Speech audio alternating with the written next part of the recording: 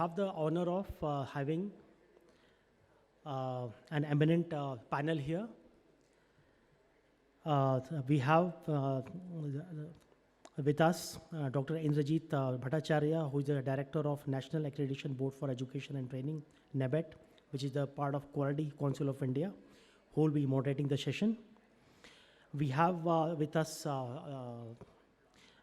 eminent speaker, Professor V. Ram Gopal Rao, who is the Director of Indian Institute of Technology, Delhi, IIT Delhi. I welcome you, sir, on the stage. Please join in.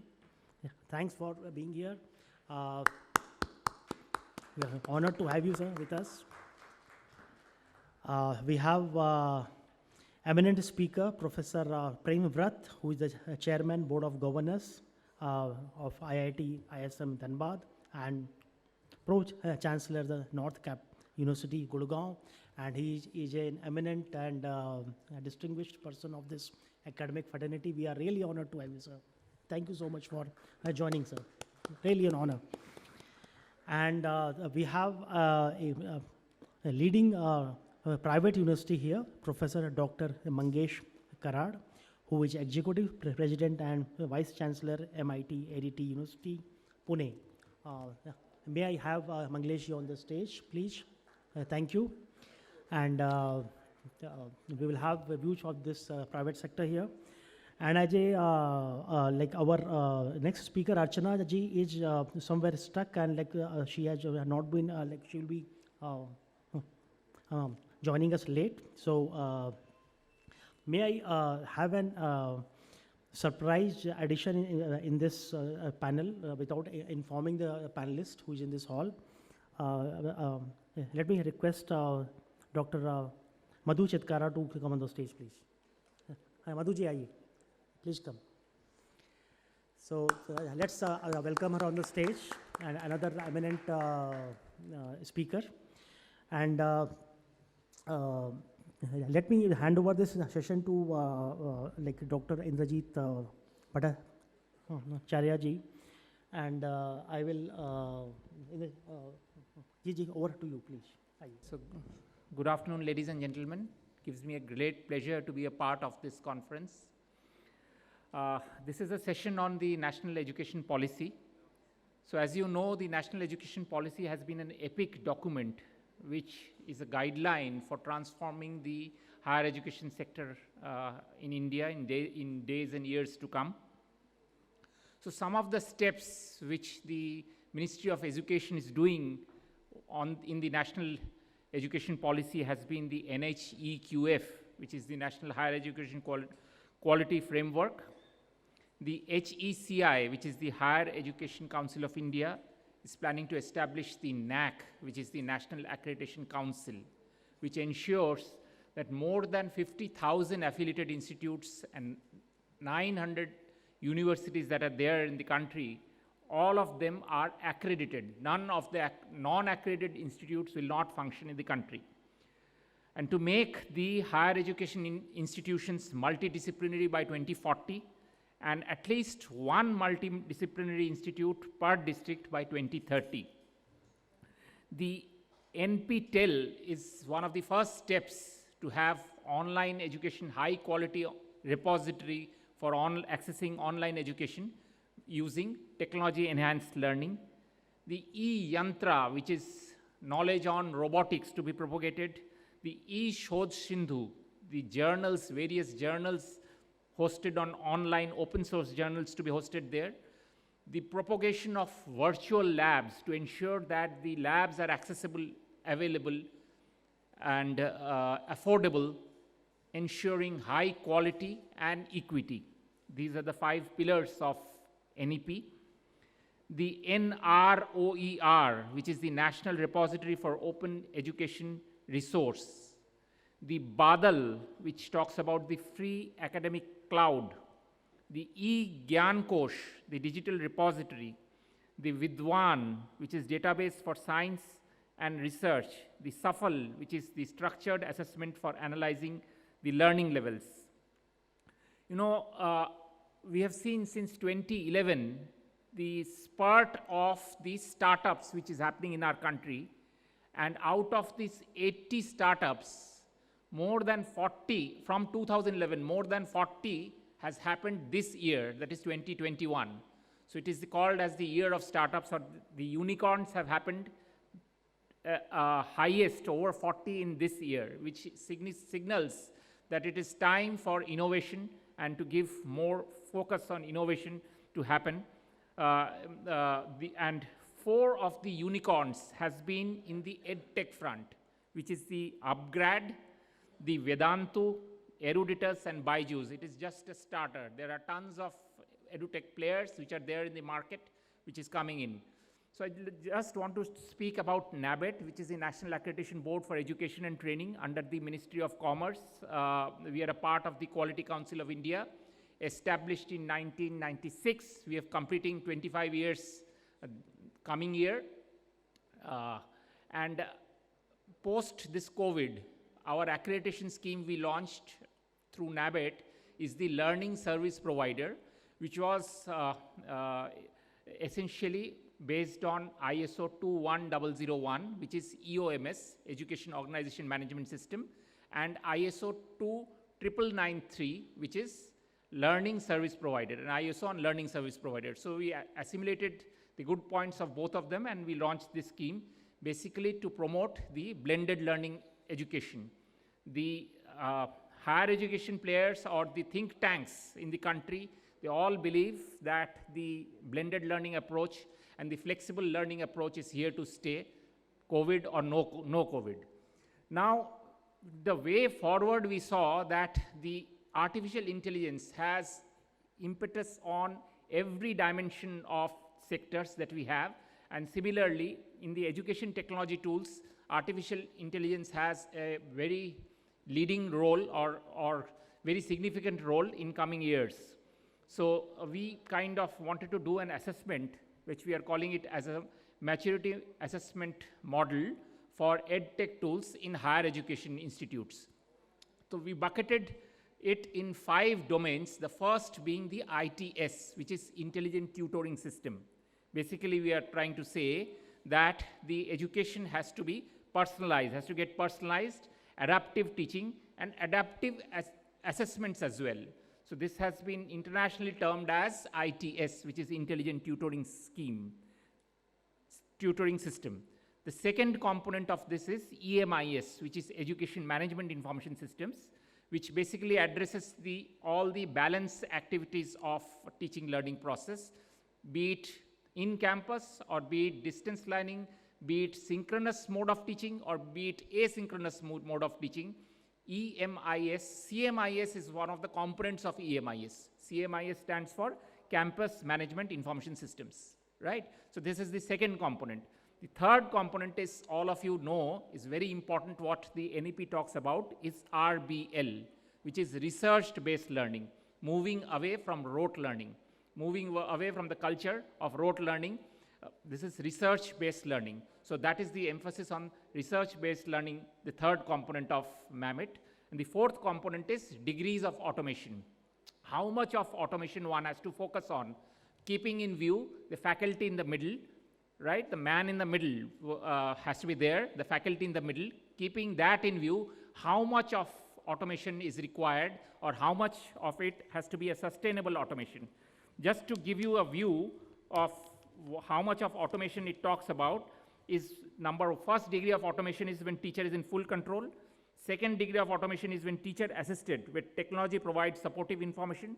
Partial automation is technology controls specific tasks. Conditional automation is technology controls broader set of tasks. High automation is technology controls most tasks. And full automation when the automation takes all tasks. It is similar to driverless cars, right?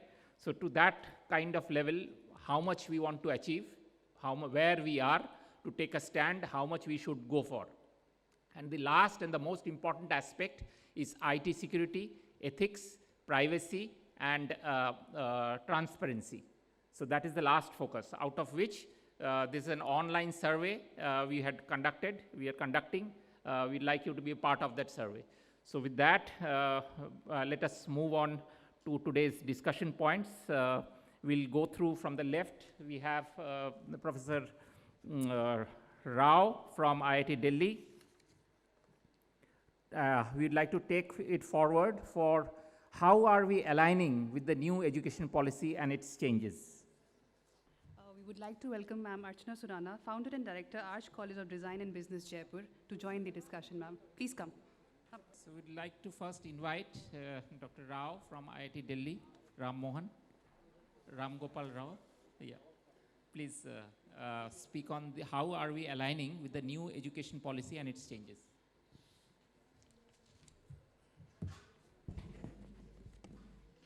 So, good afternoon. I'm very happy to be here with all of you today. I think about the new education policy, I will first tell you, what is really happening in our institutions, or rather what ails our institutions, and then see how NEP, if implemented in the right spirit, can make all the difference. I think one thing that has definitely happened is some of our top institutions have become more research oriented. If you look at IIT Delhi today, about 60% of our students are masters and PhD students. At IIT Delhi, every third student is actually a PhD student. Now we have something like 3,600 PhD students.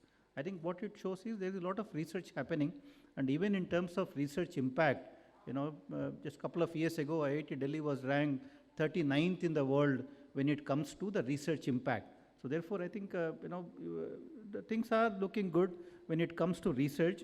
But I think how do we define research? Research is you go to library, read some 100 papers, find out where the gaps are, and then, fill up those gaps and publish another paper. And then, so our research is typically measured in terms of the number of papers we have published in good kind of journals. So that way, I think we are becoming pretty good in terms of research. But I think that's not going to be the end of everything. I think if we keep on publishing papers, nothing is going to change on the ground in the society. I think our visibility among peers is improving, but our visibility among the society is really not improving. I mean, if somebody asks me what is that our institutions have done, which has got deployed on a large scale, which have impacted the life of a common man, we all will be searching for answers. I can answer that, but we will all be, in a kind of a uncomfortable situation. That is what has happened in Indian higher education system. We are all becoming research oriented, but the impact in the society is not as visible as what one would have liked to do. And but if you look at even the US universities, right, when you think of any top, excellence and all of that, you always refer to the US universities. Why is it that we think US universities are actually doing, so well, and they are all the centers of excellence, and why do we want to benchmark ourselves with the US universities? US universities in mid-19th century were exactly like the Indian universities. There was no difference. In the mid-19th century, for example, the US universities were following, the Germany, because Germany at that time was a center of excellence, or even UK, the United Kingdom universities. The US universities were following Germany and England as their models. And they were, in those days in Germany and England, primarily they were working on theology, religion, some of those kind of areas, and US universities were actually following that. What changed for the US universities was what was called the Morrill Act. There was a Morrill Act that was introduced in 1862 in the US that is actually called the land grant university model. What the US basically said was, for any university to receive any kind of a support from the government, whether in terms of land or anything else, you have to connect with the society and you have to solve the societal problems. That is what is known as the land grant model, land grant university model act, or what is known commonly as the Morrill Act. And that made a difference for the US universities. Once they started connecting with the society, because in those days it was agriculture and mechanic arts, because industrialization was just beginning to happen. Agriculture was a major activity of the society. So therefore, most of those universities were asked to focus on agriculture and mechanic arts, mechanistic kind of arts, and in the process, many of those universities started connecting with the society. And now, once they started solving societal problems, once the societal problems became their projects or research topics in the university, they never looked back. Within a century, they all become the world famous and the world's centers of excellence. That is what is supposed to happen in the Indian universities now. So now when I look at it, the new education policy to me is the moral movement for the country. Because if you read between the lines and if you look at what the NEP is actually trying to accomplish, the research and development is happening, but they are also saying bring in the relevance of your research and also focus on the delivery mechanisms. So to me, research and development is also synonymous with relevance and delivery. And once you connect with the societal problems, once you are able to deliver your solutions to the society, I think our universities will also achieve the same level of eminence that the US universities have achieved, and we will be able to look at the impact of these innovations that are happening in our academic institutions, measure them in terms of the impact in the society. I think that is what the NEP is basically trying to do. But how does NEP try to achieve that? One thing which NEP talks about is these multidisciplinary universities, because all our universities have become very narrowly focused. If you look at IIT Delhi, for a very long time known for engineering, go to IIM's management, go to AIMS medicine,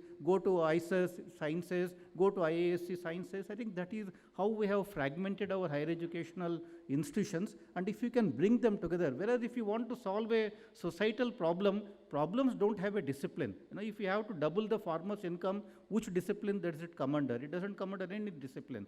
That is where the multidisciplinarity is very important, and that is what NEP talks about. At IIT Delhi, for example, we started multiple initiatives, at least 10 new academic units we started in the last 5 years, and they are all to make the institution more multidisciplinary so that we can work on the problems, because problems inherently will be multidisciplinary if you want to find a solution to them. Another thing which NEP talks about is, the funding models. Today in this country, when I want to receive funding, what do? I imagine a problem, I come up with a problem, I go to Department of Science and Technology, which comes under the Ministry of Science and Technology. With my proposal, I go there and they will fund me and I do research. Because I am imagining the problem and the ministry doesn't have any problems of their own. Ministry of Science and Technology is also working in their own silo. They don't know what are the problems of agricultural ministry, they don't know what are the problems of heavy industries. They are all in their own silos. So you go with your problem, receive funding, and write some more papers, and then you are all happy with that. I think that is again something that the NEP talks about. NEP is creating what is called the National Research Foundation. What the National Research Foundation basically does is, it now involves all the ministries, and it gathers the problems from these ministries, and it also collects funds from the government, and then it funds now the projects along with the, which are of relevance to the society. Because they are connecting with the nodal ministries, they will be able to pick up the right problems and engage the right kind of people to solve those problems. So NRF, to me, if done well, can be a significant game changer, because that is one way our higher educational institutions will be able to receive not just the funding, but even the problem statement from NRF. I think that is where the connection of the NRF, involvement of all ministries in NRF is therefore going to be very critical for our academic institutions to become connected with the society. The third thing which NEP talks about in a major way is internationalization. You all complain why not a single Indian institute is among the top 100 in the world, kind of a thing. If you look at IIT Delhi, for engineering, we are ranked around 50 in the world. If you just look at engineering and technology as a subject area, IIT Delhi has consistently been ranked around the 50 in the world. But if you look at IIT Delhi as a comprehensive university, we are, among the top 200. We are not even among the 100, because first of all, we are not comprehensive enough. Now, if you compare IIT Delhi with Stanford, we can compare with the Stanford engineering. But if you compare IIT Delhi with Stanford, Stanford has many other disciplines. The medicine is such a major discipline, Stanford, we will not stand anywhere when you compare university to university. That is again, the place where the NEP talks about not only, of course, the multidisciplinarity, but also about internationalization. Because, one of the major factors in internationalization is how many international students you have, how many international faculty we have. We have hardly any. IIT Delhi today, on the international parameters, we receive 1 point out of 100 points. Our score, on international students or international faculty is 1 or 1.7 out of 100. That is how poor we are when it comes to internationalization. That needs to change. One thing, IIT Delhi has submitted a proposal to Government of India way back in December 2020, where we want to start international campuses. We have actually got a proposal, worked out all the details. IITs need to develop international footprint now. If you want to be counted among the world's best universities, you also have to develop an international footprint. By just admitting Indian students, having them taught by Indian faculty, you will never be able to figure out among the top institutions in the world. I think that is one thing which NEP talks about. NEP now allows some of our best public funded universities to go out and open campuses. I think that is, again, a major thing that happens. Another thing NEP talks about is the gross enrollment ratio. Today, our institutions are all very tiny. All IITs, 23 IITs today admit about 16,000 students in the undergraduate programs. 23 institutions together are admitting 16,000 undergraduate students. You go to any large American university, one university would admit something like 13,000 undergraduate students. Our institutions have excelled in some way, but they have remained very tiny, and that is something that needs to change, and we need to double our intake in the next 5 to 10 years kind of a time frame. For that to happen, again, NEP talks about increasing the gross enrollment ratio from the current 26% to 50%, which is almost saying that we will double the intake in our institutions, and IITs need to lead at the front in doing all of that. I think expanding our higher education system without compromising on the quality is again something very, very critical for India, and that needs to happen, and that's what NEP talks about. And of course, there are other things like autonomy. In fact, NEP has an entire chapter dedicated to autonomy of our higher educational institutions. Today, if you ask me, the way we are managing our higher educational systems is archaic. I think the way we were doing 60 years ago is exactly the way we are managing our higher educational institutions. It cannot continue like that. We have to give more and more autonomy to our better performing institutions, and that is where NEP lays great emphasis. It says autonomous boards. It talks about the self kind of an appointments of the board chairman and members. I think that needs to happen now. I think autonomy and competition always need to go hand in hand. Only pushing institutions to compete with the best in the world without giving them the sufficient autonomy is not going to take us anywhere. Autonomy and competition is what NEP also talks about. To me, if NEP, if it is implemented right, I think that will be our moral moment, and that is what will put our institutions in the global map in the near future. I'm just hoping that in the next 1 year or so, many of these steps will be taken by Government of India towards the implementation of NEP. Thank you very much. Thank you, sir. Next, I would invite Professor Prem Vrat to give his thoughts on NEP.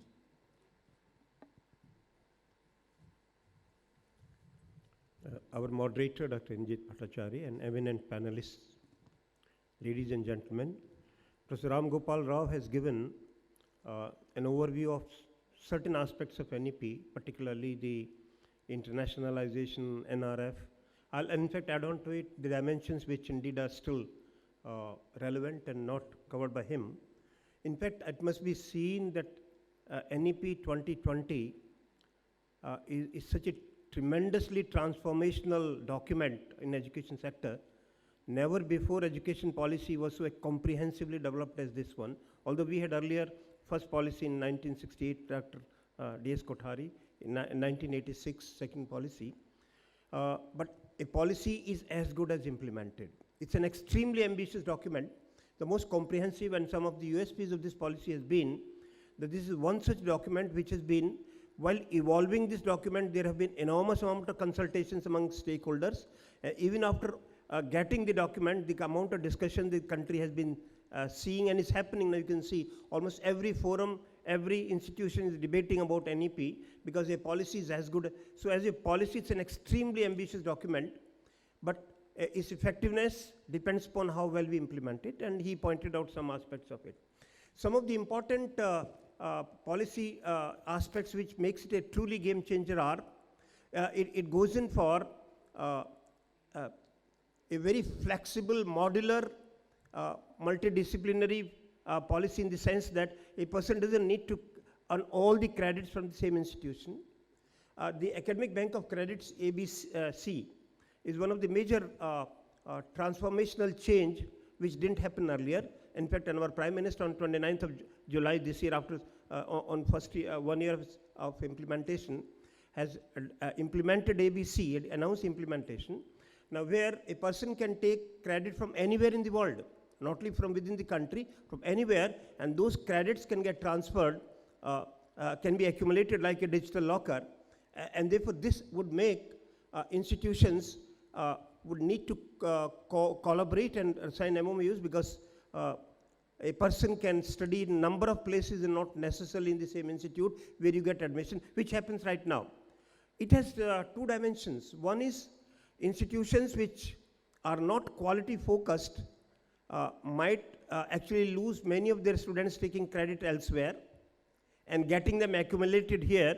And institutions which are doing very well might have an additional incentive of students not admitted in their own institution can come to them and get credits, and therefore it's really truly a policy which can inspire competition and quality focus. But for the purpose of implementing this policy, you require a framework, because after all, the amount of variability that you see in terms of the different institutions have different grading structure. Some are in percentage, some are in semester exams, some are trimestral system like IIMs, some are annual system, even DU still has an annual system. How do we convert them into a common platform? And for that, the government, the Ministry of Education established a policy, a committee called NCF, National Credit Transfer Framework, NCF. I happen to be the chairman of that committee, which had the AICT chairman, Professor K.K. Agarwal, NBA chairman, was a member of that committee. We are given a document which has now been approved by UGC, where you may take a course from anywhere, maybe a 4-point system that US gives, 9-point system is JNU gives you somewhere 6 points, IIT system has 10-point grade. In fact, it provides a common uniform standard where, irrespective of what kind of system you study and credit structure, a common conversion and equivalence can be given. This would facilitate as a prerequisite for implementing ABC more effectively, and also a provision for how much can you do. It puts an upper limit of not more than 50% from outside the institute where you got admission. Otherwise, you may take notional admission somewhere, but most of the courses you study elsewhere, it won't do. So there are certain provisions. The second important feature of NEP is having a standard uniform regulator. Today, there is a multiplicity of regulatory bodies. You have AICT, you have UGC, you have Pharmacy Council of India, you have Bar Council of India, and so on and so forth, a Council of Architecture. Under the new system of regulation, it's yet to come into being. It's an extremely important structural change that's taking place. There will be a single National Higher Commission of India, Higher Education Commission of India, but you'll have 4 verticals. The spirit of this structure is that each vertical can have expertise in that particular thing. For example, the National Accreditation Commission only dealing with accreditation, because if you have 50,000 institutions need to be accredited, there has to be an agency which exclusively looks after that dimension. Similarly, for giving grant, then for regulation purposes, and the third one dimension is about the language. It's possible now to study BTech in your own language, in mother tongue, in Hindi, and AICT has in fact again constituted a committee under my chairmanship, and fortunately for AICT affiliated institutions this has been already implemented. There are 25 colleges and universities in the country today which have taken admission in the first year in their own, some are in Hindi, then maybe Telugu, in Bengali, in Marathi, etc. And it aims at having about 11 such regional languages. So therefore, these are some very major new initiatives this policy has taken. The only thing is that perhaps the focus on developing teachers and the liberal funding it requires is perhaps we need to spend much more money on education than the 6% upper limit which all the previous policies have been talking about. Even this policy also talks of about 6% of GDP. Perhaps we need to spend more. With this observation, I thank you once again for giving me this opportunity to share some features of it. Thank you. Thank you, sir. Thank you so much. Next, I would invite Professor Dr. Mangesh Karad to give his thoughts. 5 minutes, please.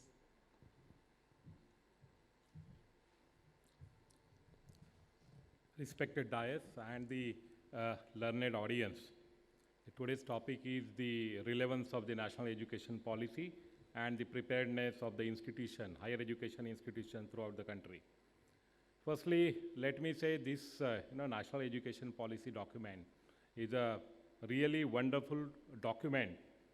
I can say this document has really, making our higher education institutions of the country at par with the global, higher education institutions. The universities of America and the European universities, we can say, the global world-class universities. So this document is that policy document which is going to give the freedom to all the higher education institutions to draw their syllabus, to design their syllabus, to deliver their syllabus in a whatever way they want to deliver. And I want to only highlight on the 2-3 aspects of this policy document.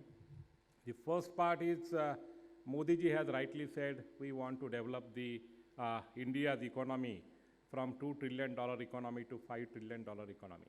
And I think the education policy is really make that happen. Because worldwide, all the innovations in America, the California or the Silicon Valley is, bringing the innovations worldwide every year. All the, multinational or the global companies like Apple, Google, they are established there and they have become the part of the, global, part of the globe. You can say every person is affected by them. You can take the example of the Apple, Facebook, or any company, Google. So those companies are driving the economy of the America, and similar companies are driving the economy of the world. I think we have to really focus, higher education institution of the country really has to focus on the innovation. Innovation is bringing some small change in the product and coming out every year or after every 2 years to the market, what the companies are doing. And this is the real mantra for the success of the economy. So I think all the institutions, higher education institutions have to focus on that, project-based learning or the, internship-based learning, experimental learning. We have to solve the societal problems. So all these things can be possible by this policy. We have to change the syllabus accordingly, right from, as on today, in the conventional technology courses, the projects are given only in the last year. I think we have to add the projects every year, right from the first year or from the second year. So that has to be the focus. We have to include the design thinking. Innovation, we have to create that ecosystem by which our young mind will work on the innovation. We have to give them the training of the design thinking. We have to also give them the training on the new technologies like rapid prototyping, how they can develop the prototype their product. So we have to establish the innovation departments in every higher education institution. Incubation centers are there, but apart from that, we have to develop the innovation department in which the people from design area, the people from different faculties will come together, maybe from fine art, because as on today's, all the innovations are not happening only in standalone faculty. Like, again, I will quote the example of Apple. Apple's first product was, iPod. The technology, with the help of the technology, they sold the music throughout the world. And that's how they developed the, innovative product. So likewise, we have to bring the people together in this innovation department, people from music, people from, different departments, mechanical engineering, computer engineering, and they have to work on that, that idea, that product has to be developed. So that is a very important part. So we have to start. In our university, I have, started the innovation department. We have appointed innovation officers, the people, engineers, designers, and all sort of people, those who will guide them. So that is the idea. And with a design thinking, in the first year, second year, they are tuned to Sir, what is the request you to wind philosophy up, of a sir. design. Request you to wind up. Yeah, surely. So I think this way we have to go ahead. And the other part, this will boost the innovation and economy. The other part is employability, to increase the employability of our graduates at a global level. We have to add the part of a holistic education in which that will really give them, if they learn the culture, different languages of the world, in the globalization, they will get jobs at a different country with the flavor of a liberal education. So that is the other aspect. So I'm really happy with these changes. I think higher education institutions can contribute for the development of the national economy. Every institution has a freedom how to use in how much percentage they have to use the different aspects of the national education policy for the development of our society. That is up to them. So with these words, I conclude here. Thank you very much. Thank you so much. Professor Madhu Chitkara, we have already heard her in session 1, so we'd like her to give brief points.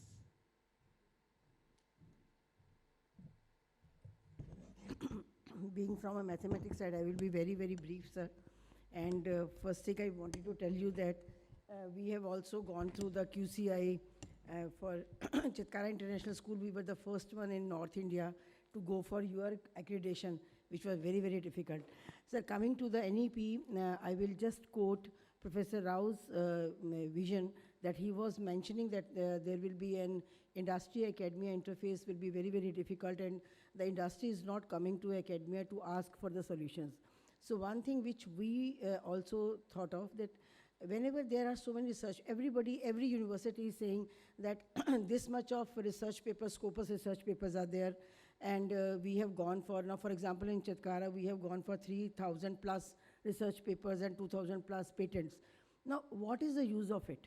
Now, whether the industry is going through our research papers, whether they have gone the thought of the findings given by our researchers, whether those findings can be used by the industry in one way or the other.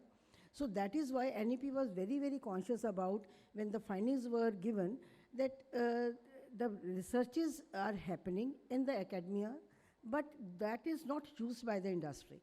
So I think this is a time where NEP, when it is to be implemented, and I think it is a time to implement and not time to discuss, just start implementing it.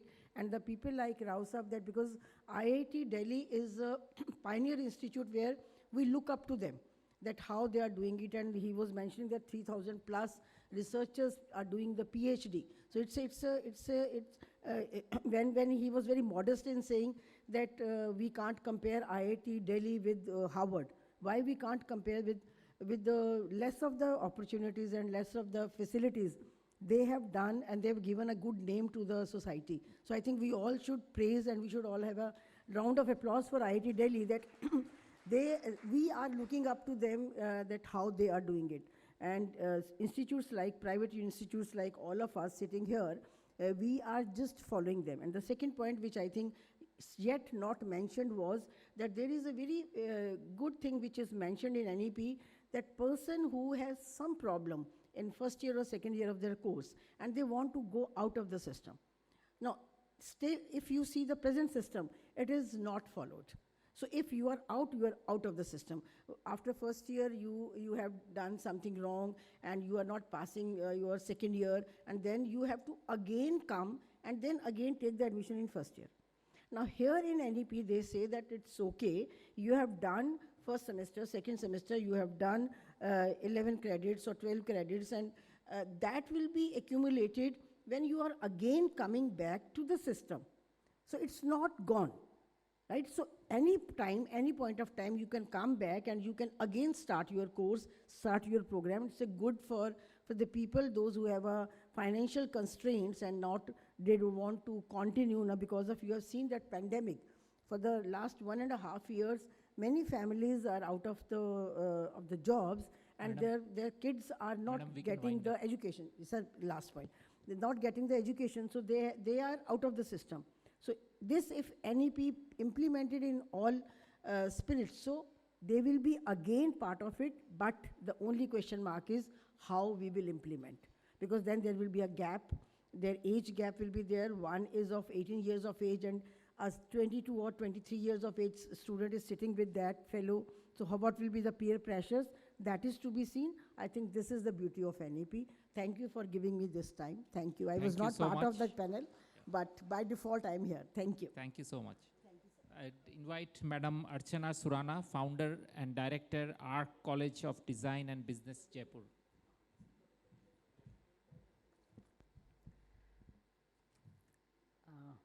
Very interesting to hear all the panelists here, their views and perspective on the new education policy.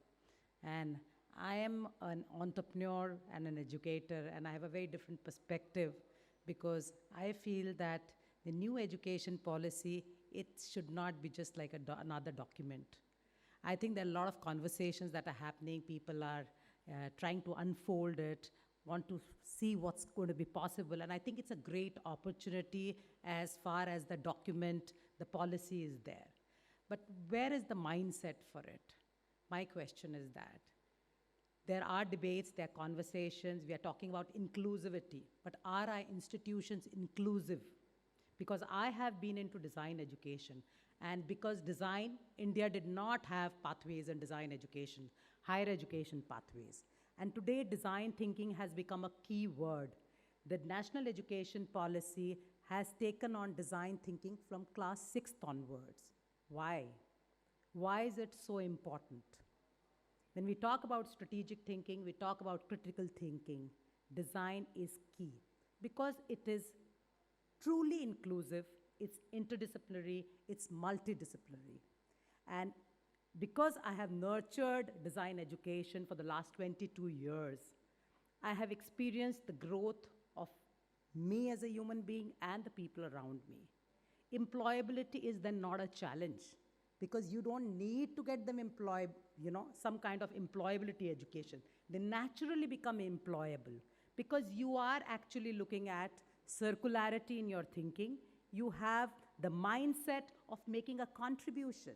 You are thinking ahead for a future.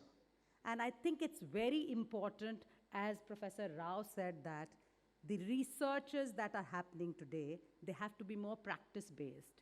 They have to be more towards societal needs. I think that's something that we need to bring inside a mindset, that research is not about presenting papers. It's about making a difference as innovators.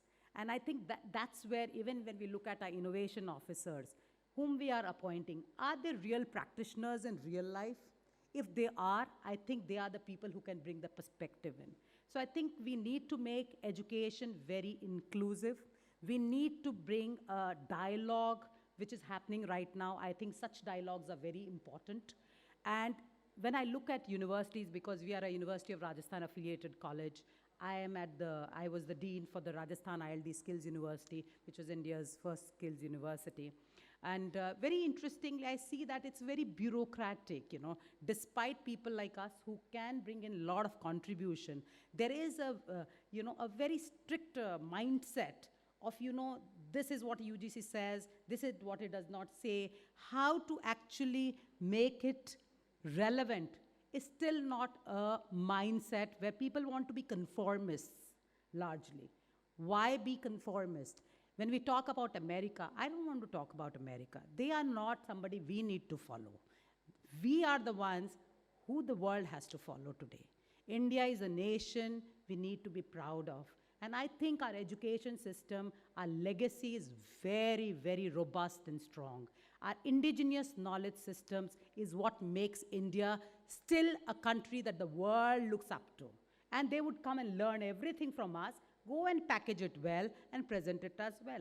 Somewhere we do not know how to package ourselves well. We are still trying to ape what the West has done. We are trying to follow a model. The American model is not the right model, perhaps. Maybe as far as consumerism was concerned, or capitalism was concerned, it's not about conscious capitalism. It's not about circularity. They are the largest consumers of the world, right? Where they are thriving on nations like us. Where is our education supporting? Is our education really circular? Or are we still trying to look at the Western or the American ways of thinking and doing and learning and teaching? I have a young gentleman here who studied in UK in one of the best institutions. He happens to be my son. And he says that they are really boring. What is the best thing there is, the interdisciplinary, the cultures that come across from the globe, they attract the best talent from across the globe. The talent, the brains, the young people, they are the creators of those institutions. So it's very important that we look at internationalization, we look at a global perspective. We learn from the best of each culture, and we bring our identity. I think the national education policy has the power to get India its identity in education. which is what is long due. And I strongly believe that an inclusive mindset and a bureaucratic mindset from the education system has to actually move out, as they being controllers and regulators. They have to allow excellence, they have to allow the freedom of expression and the freedom of creation. That creativity and that innovation is what probably design brings in. It has science, it has commerce, it has arts, it's so inclusive. That's what I see. And I think that design understanding, so what we have done now at Arch is, Please. besides offering an undergraduate and postgraduate level education and design, we were the first in the country to offer an online entrance examination in the country a decade back. And today we have built a culture of design. We have built a new initiative, a design culture, going out to schools and creating designability programs. Just a minute, yeah. It's all about designability rather than design thinking. It's not only at the level of thinking, but at the level of action. So designability is all about bringing that connection between the technosphere and the biosphere, and the relevance of our education, and become a knowledge economy that the world can be proud of. That's what my vote is. Thank you so much. Thank you so much. So the key takeaway from all this is the higher education institutes need to be multidisciplinary, transdisciplinary, and there is a new term which has come, which is pluridisciplinary. So with that, I think I would like to end this session. Can I take a question from the audience? We can have one question from the audience, and you can identify the person whom you are addressing to.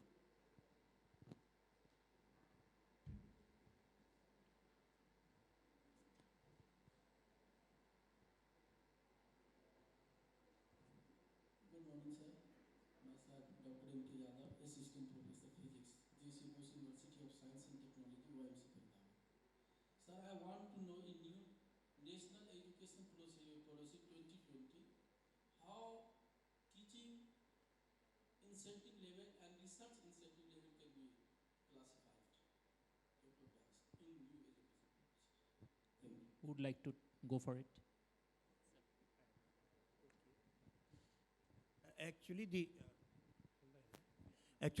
the policy proposes three types of institutions: multidisciplinary research universities, MERU, teaching universities, and autonomous colleges. These are three types of structural. So autonomous colleges would be giving degrees on their own.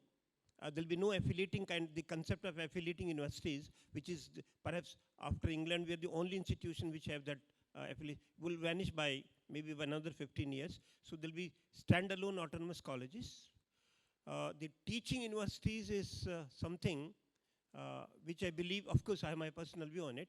A university only remaining teaching universities without any research component, one wonders whether what kind of international respect it would have, because it will only be teaching but giving degrees.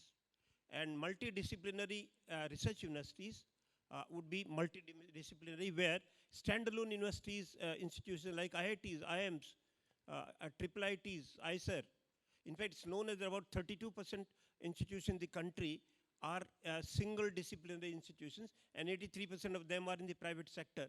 This will have to, maybe through mergers, through grouping, so multidisciplinary educational research institution would be truly multidisciplinary and would focus on research in addition to teaching. This is the structure. Now, to what extent this is going to be successful depends upon, as I mentioned, because imagining that in higher education, you can have university without any research component, like in teaching universities, is perhaps debatable, because what differentiates higher education from school education is research. And if research is not relevant in only teaching universities, perhaps its international image would be a major issue. So since this is only a concept and not much has been talked about on this, perhaps, but efforts are being made, like in IIT Kharagpur, because of their vast 2,200 acres of land, and I'm an alumnus of that institute. They are now starting 500 acres given for a medical school. So for the first time, an IIT having a medical school is a good initiative in multidimensional development, and hopefully this message would spread further. So the beginning is very, very modest, but how we implement this would make tremendous difference. I think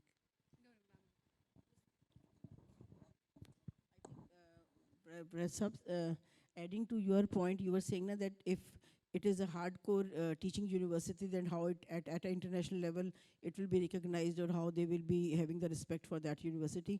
I think what NEP is saying is that at the time of inception, when you are going to start a college or a university or an interdisciplinary type of higher education institute, so at that time you are not ready, and your professors and your staff is not ready for doing the research from day one. So maybe they have given the time for giving that time period for first concentrating on the teaching learning processes, and then when you are good at it, then you can do the research. And this is an example in Chitkara University also. What we did, I mentioned in my first session also, that till 2014 we were the hardcore teaching university. So we were not ready for it. After 2014, our people said that now we are okay with it and we want to do something in research. They were already publishing the papers. So I think that is a great example that when you are ready for it, then go for the research. And sir, you were mentioning that the innovations, I think sir was mentioning that they have given the responsibility to some of the professors, who are good, the innovators. So we have also started with a center in our university. It is named CURIN, Chitkara University Research and Innovation Network, where the networking of all the professors from different disciplines sit together and they work on the different verticals of education, and they work interdisciplinary research. So I think that was the purpose of NEP. Maybe that is why that was a thought process, that you can go for one university which is hardcore teaching, the second can be hardcore research, and the third can be the teaching and research more. And that you can declare yourself that what type of university you can up to. Thank you. Thank you so much to all the panelists.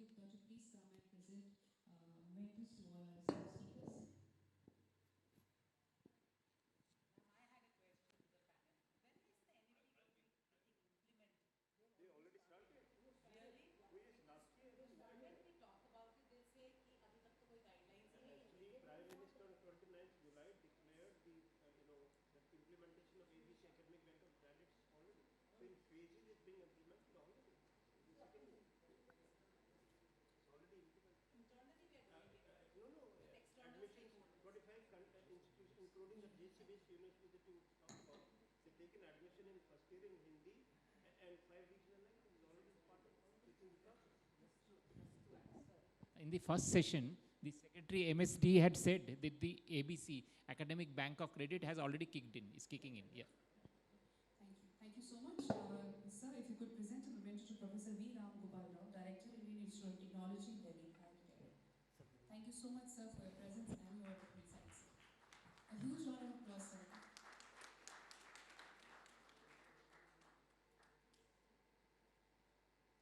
Thank you, sir.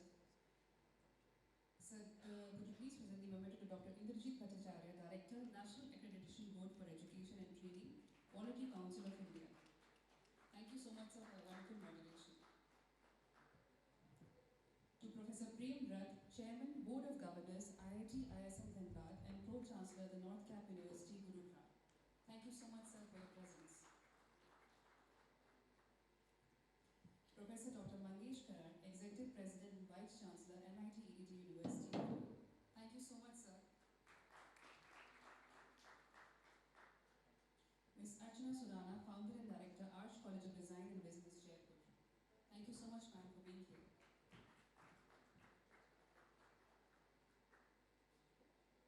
And to Dr. Madhu Chitkara, Pro-Chancellor, Chitkara University, Punjab and Himachal Pradesh. Thank you so much, ma'am.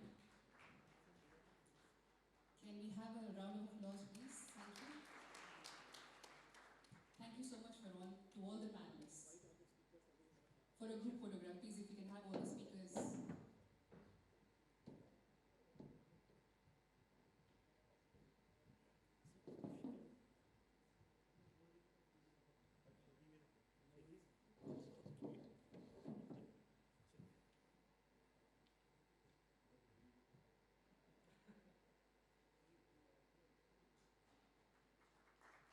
Thank you. Thank you, everyone.